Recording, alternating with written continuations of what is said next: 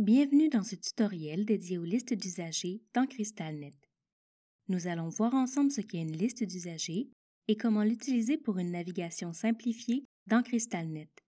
La liste d'usagers est la page d'accueil de CrystalNet.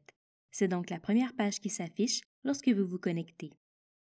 Pour afficher une liste d'usagers, il faut d'abord la sélectionner dans la liste déroulante. S'il s'agit d'une liste personnalisée, elle s'affichera directement. S'il s'agit d'une liste système, vous devrez effectuer une mise en contexte en faisant un choix pour chaque critère exigé et cliquer ensuite sur Afficher pour visualiser la liste correspondante. Il est possible d'effacer les critères en cliquant sur Réinitialiser. Si vous souhaitez qu'une liste spécifique soit déjà sélectionnée lorsque vous vous connectez, cliquez sur l'étoile pour définir cette liste par défaut. Cette option est également disponible dans le menu Administration des listes. La liste d'usagers présente des colonnes d'information à gauche et des colonnes d'accès à droite. Rappelons que l'affichage de plusieurs colonnes est assujetti à des droits. Il se peut donc que vous ne les voyez pas toutes. Les 3 premières colonnes, toutefois, sont permanentes et s'affichent pour tous les types de listes. La première colonne affiche un avertissement relatif à l'usager. Les icônes qui s'affichent dans cette colonne peuvent indiquer si le dossier de l'usager est sous clé ou défusionné, si l'usager est décédé, s'il a été ajouté temporairement à la liste, s'il est porteur d'un agent pathogène, si des suivis sont à faire pour cet usager ou si ce dernier est un donneur d'organes potentiel. Il est d'ailleurs possible d'afficher les suivis d'un usager, lorsqu'il y en a, en cliquant sur l'icône de suivi.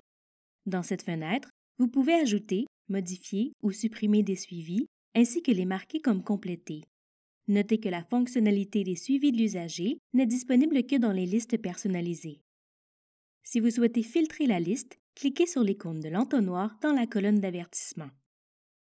Dans la section Affichage des avertissements, vous pouvez choisir d'afficher les usagers porteurs d'un agent pathogène, les usagers décédés, les usagers dont le dossier est sous clé et les usagers dont le dossier est défusionné. Dans la section Affichage des suivis, vous pouvez choisir d'afficher les suivis en retard, les suivis de la journée, les suivis à venir et les suivis dont est responsable un intervenant précis.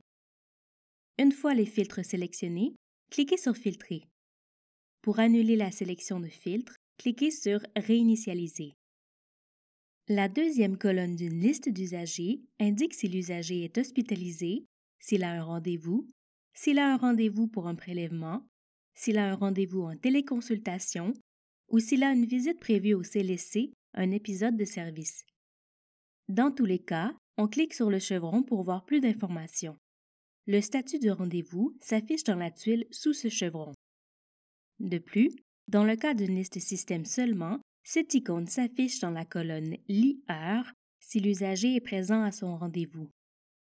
La colonne « Commentaires » sert à saisir ou à afficher un commentaire. Ce commentaire n'a aucune valeur légale. Il peut être utilisé comme aide-mémoire, mais ne doit pas servir à la saisie de données cliniques, de prescriptions ou de notes évolutives, par exemple. Pour ajouter ou modifier un commentaire, cliquez sur l'icône de cette colonne. L'icône change de forme s'il existe un commentaire, s'il n'y en a pas ou si l'ajout d'un commentaire est impossible. Notez que les commentaires sont liés à la liste dans laquelle ils ont été ajoutés et non à l'usager. De plus, s'il s'agit d'une liste système, les commentaires ne s'affichent que pendant la visite active de l'usager. Cependant, au moment de copier un usager vers une autre liste, il est possible d'inclure le commentaire lié à cet usager en cochant la case suivante. Les commentaires ajoutés à une liste système peuvent être lus par tous les utilisateurs ayant accès à cette liste. Une autre colonne s'affiche lorsque la liste affichée est une liste personnalisée dynamique pour indiquer si l'usager est lié à un contexte, s'il a été ajouté manuellement ou les deux. Les 2 colonnes d'informations suivantes présentent, comme leur titre l'indique, le nom, le prénom, le sexe, le numéro d'assurance maladie, la date de naissance et l'âge de l'usager. Une des principales fonctions de la liste d'usagers est de donner un accès direct à plusieurs informations cliniques sur l'usager. Selon vos droits, vous pouvez donc accéder à différentes fonctionnalités de CrystalNet, comme les fiches cliniques, le dossier patient électronique DPE ou la boîte de réception par exemple. C'est aussi par les listes d'usagers que vous pouvez accéder au menu Plus, qui donne accès à d'autres informations sur l'usager, ainsi qu'à certaines actions pouvant être posées sur l'usager, selon vos droits et le type de liste, comme le retrait d'un usager, sa copie dans une autre liste ou la gestion des liens interusagers. Notez que certaines applications externes utilisées dans votre établissement sont accessibles par le menu Plus ou peuvent être affichées directement dans les colonnes. Pour accéder à l'une ou l'autre de ces informations, il suffit de cliquer dans la case correspondante ou sur l'icône correspondante en haut à droite. En cliquant sur le nom de l'usager, vous arriverez sur le premier onglet du détail usager auquel vous avez accès. Les colonnes Laboratoire, Imagerie et Pathologie peuvent présenter des indicateurs qui permettent de voir à quand remonte le dernier résultat. Ces indicateurs s'affichent en gras lorsque les résultats n'ont pas encore été consultés par l'utilisateur. Un autre indicateur, seulement pour la colonne Laboratoire, indique s'il existe un résultat anormal ou critique. Depuis la page d'accueil, l'intervenant détenant les droits requis peut avoir accès à la gestion des brouillons qui lui permet de voir tous les brouillons enregistrés au DPE.